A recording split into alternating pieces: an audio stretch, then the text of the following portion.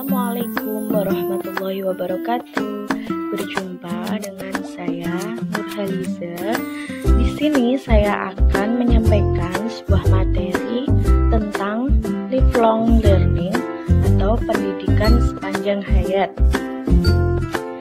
Simak baik-baik ya teman-teman.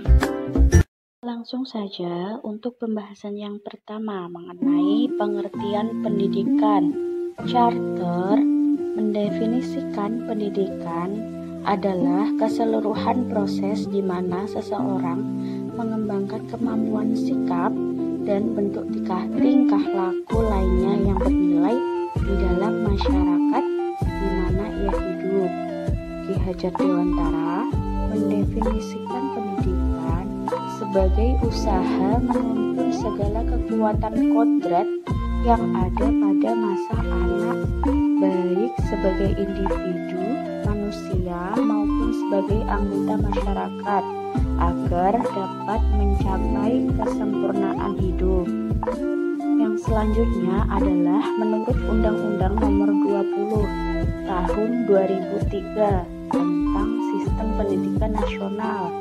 Pendidikan adalah suatu usaha sadar dan terencana untuk mewujudkan suasana belajar dan proses pembelajaran agar peserta didik secara aktif mengembangkan potensi dirinya untuk menguatkan spiritual keagamaan, pengendalian diri, kepribadian, kecerdasan, akhlak mulia, keterampilan yang diperlukan bagi dirinya, masyarakat, bangsa, dan negara. Jadi sudah sangat jelas ya mengenai pengertian pendidikan. Yang selanjutnya adalah pengertian pembelajaran sepanjang hayat. Menurut Delker, pendidikan sepanjang hayat adalah perbuatan manusia secara wajar dan alamiah yang prosesnya tidak selalu memerlukan kehadiran guru, pamong, maupun pendidik. Jadi, proses belajar tersebut mungkin tidak didasari oleh seseorang atau kelompok, bahwa ia atau mereka telah atau sedang terlibat di dalamnya. Kegiatan belajar sepanjang hayat terwujud apabila terdapat dorongan pada diri seseorang atau kelompok untuk memenuhi kebutuhan belajar dan kepuasan, serta apabila ada kesadaran dan semangat untuk belajar selama hayat masih dikandung badan. Dalam arti luas, pendidikan sepanjang hayat ini atau biasa kita sebut dengan lifelong education adalah bahwa pendidikan tidak berhenti hingga individu menjadi dewasa saja, tetapi tetap berlanjut sepanjang hidupnya.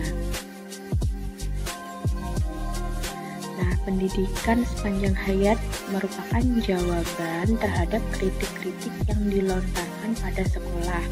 Sistem sekolah secara tradisional mengalami kesukaran dalam menyesuaikan diri dengan perubahan kehidupan yang sangat cepat dalam abad terakhir ini dan tidak dapat memenuhi kebutuhan atau tuntunan manusia yang semakin meningkat. Dan melalui proses belajar sepanjang hayat inilah manusia akan mampu meningkatkan kualitas kehidupannya secara terus-menerus maupun mampu mengikuti perkembangan ilmu dan teknologi serta perkembangan masyarakat yang diakibatkannya dan budaya untuk menghadapi tantangan masa depan serta mau dan mampu mengubah tantangan menjadi peluang. Mengenai tujuan pendidikan sepanjang hayat, yang pertama adalah mengembangkan potensi kepribadian manusia sesuai dengan kodrat dan hakikatnya. Dalam artian ini, seluruh aspek pembawaannya seoptimal mungkin.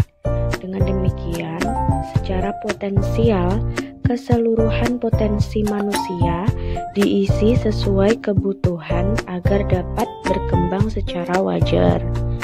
Yang kedua adalah menciptakan learning to be dan learning social. Maksudnya adalah menciptakan belajar untuk hidup dan membentuk masyarakat belajar.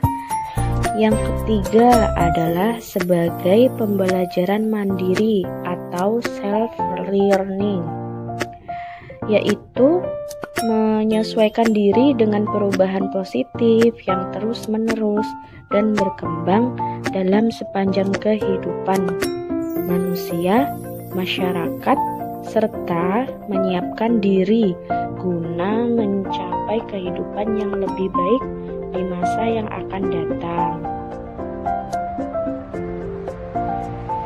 Yang selanjutnya adalah membangun seseorang untuk meningkatkan produktivitas individu, organisasi, tempat kerja, dan negara, mampu mengembangkan potensi pengetahuan dan keterampilan yang dimiliki.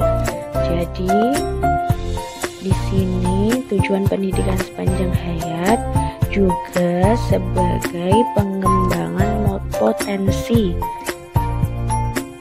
bagi diri sendiri, organisasi, tempat kerja, dan negara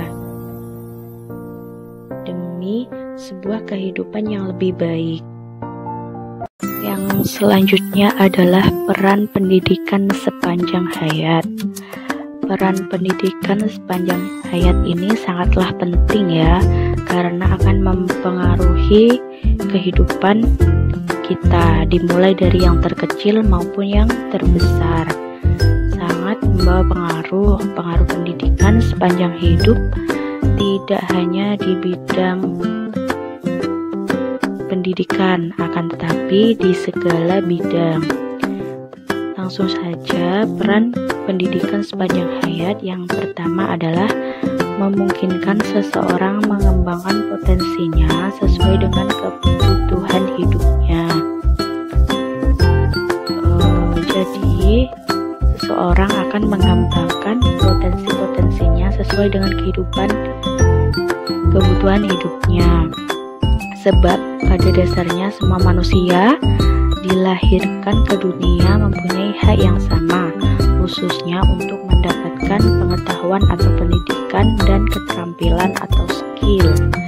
Yang kedua adalah cara paling efektif untuk keluar dari suatu lingkaran kebodohan dan kemiskinan. Yang ketiga, meningkatkan produktivitas yang dimilikinya sehingga mereka mampu memaksimalkan kemampuan yang dimiliki. Yang selanjutnya adalah memelihara dan mengembangkan sumber daya yang dimiliki. Hal ini dimaksudkan untuk pengembangan dirinya sendiri maupun orang lain yang berada di sekitarnya. Selanjutnya adalah memiliki motivasi dalam mengasuh dan mendidik anak-anaknya secara tepat. Nah, di sini sangat terlihat bahwa pendidikan itu sangatlah penting, baik berpengaruh untuk masa sekarang maupun di masa yang akan datang, sehingga pendidikan keluarga menjadi sangat penting dan besar artinya. Yang terakhir adalah perkembangan iptek sangat pesat, mempunyai dampak dan pengaruh besar terhadap berbagai konsep, teknik, dan metode pendidikan.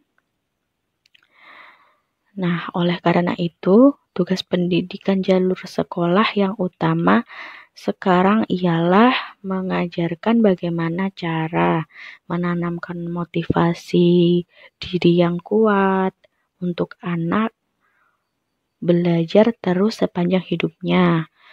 Kemudian memberikan skill kepada anak didik secara efektif agar dia mampu beradaptasi dalam masyarakat yang cenderung berubah secara cepat. Nah, Karena itulah perlu diciptakan suatu kondisi yang merupakan aplikasi asas pendidikan seumur hidup atau lifelong education. Nah, yang terakhir adalah wadah pendidikan sepanjang hayat. Pendidikan sepanjang hayat berwadahkan di semua lembaga pendidikan, sumber-sumber informasi sesuai dengan kepentingan perseorangan untuk memenuhi kebutuhan hidupnya. Nah, oleh karena itu, lembaga dari pendidikan sepanjang hayat adalah lembaga pendidikan yang selama ini kita kenal, yaitu meliputi pendidikan persekolahan, yang kedua adalah pendidikan luar sekolah, dan yang ketiga adalah sumber informasi, baik berupa terbitan buku, majalah, atau media massa, baik cetak atau elektronik, ataupun sajian dalam internet. Nah, cukup sekian ya dari saya. Semoga sedikit ulasan tadi dapat membawa manfaat untuk kita semua. Assalamualaikum warahmatullahi wabarakatuh.